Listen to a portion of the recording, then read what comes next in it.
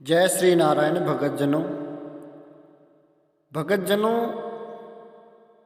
ओम शब्द का उच्चारण क्यों किया जाता है, हम इसके बारे में आपको बताते हैं। ओम सबसे पहले ओम का ही उच्चारण इसलिए कहा जाता है या किया जाता है क्योंकि ओम सबसे पहले परमात्मा के अंश स्वरूप ओम ही प्रकट हुआ। यही सर्वस्व ओम ही है। परमात्मा परमपिता सर्वेश्वर अनादि निराकार भगवान विष्णु का ही परम प्रिय नाम है। नाम से ही नामी का ज्ञान होता है। सर्वप्रथम सृष्टि के आदिकाल में तो वह परम सत्ता ओम नाम से ही जानी जाती थी, परंतु आगे समयानुसार ही सत्ता शिव, राम, कृष्ण आदि नामों से जाने जाने लगी। उपनिषदों में भी कहा है ओमति एका अक्षर ब्रह्म उद्गीत मनुपासीत। गीता में भी कहा गया है ओमेत्य एकाक्षर ब्रह्म व्यवहारन मम अनुसरण। कहा जाता है ओम का ध्वनि से उच्चारण किया जाता है, तब वह परमपिता परमात्मा अति प्रसन्न होते हैं, क्योंकि वह परमात्मा का सर्वाधिक प्रिय नाम है। इसलिए शब्दों के प्रारंभ में यह ओम का पाठन देना उचित ही है। इससे मंगल स्तुति नमस्कार आदि सभी नियमों का समुचित पालन हो जाता है।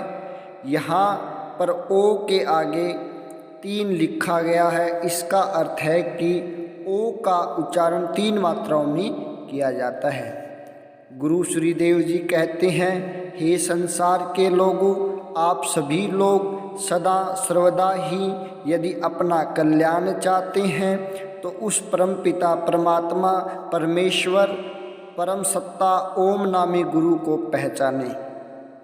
यानी कि अपने गुरु को पहचानने का अर्थात यहाँ पर यह है कि ओम शब्द को पहचाने कि यह सबसे पहले आया। यही नाम भगवान विष्णु का सर्वप्रिय नाम है।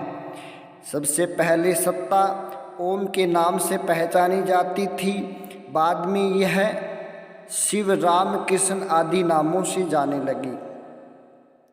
यहाँ पर चिन्ह का अर्थात मानना या स्मरण करना ही नहीं, यहाँ चिन्हों का अर्थात पहचान करना भी है।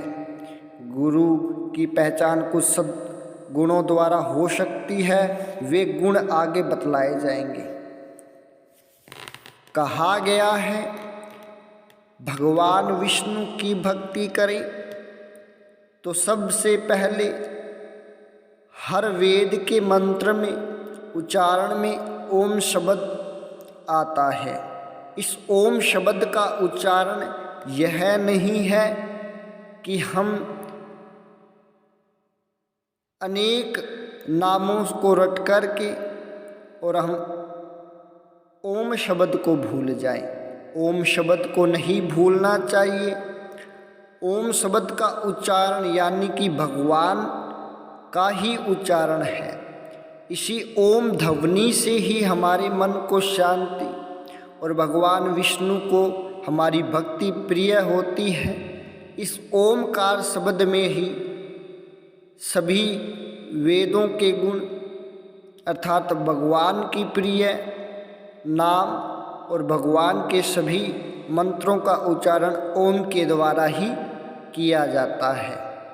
ओम शब्द यह नहीं कि हम कोई भी शब्द या मंत्र का उच्चारण करें उससे पहले ओम लिखा होता है। वह खाली केवल शब्द ही नहीं है, वह भगवान का नाम भी है।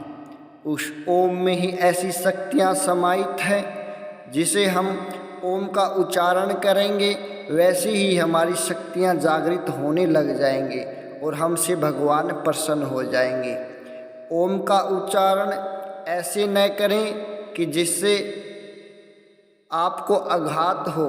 अपने गुरु की कृपा पाकर ही ओम शब्द का उच्चारण करना चाहिए, जिससे गुरु का हाथ अपने सिर पर बना रहे और हमें कोई नुकसान न हो और हमारी भक्ति को देख करके भगवान हमसे प्रसन्न हों।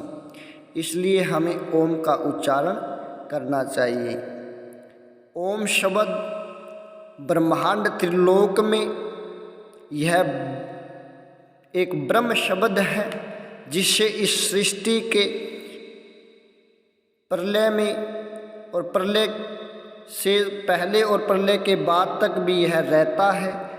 इस ओम में ही सर्वशक्ति समाहित हो जाती है। तो हे भगतजनों, भगवान विष्णु की भक्ति को प्राप्त करने के लिए हमें भगवान का नाम जप स्मरण करना चाहिए, जिससे हम भगवान के प्रति समर्पित होकर के ओम नाम उच्चारण करें और हमारे भगवान हमसे प्रसन्न रहें। इसलिए हमें ओम का उच्चारण करना चाहिए।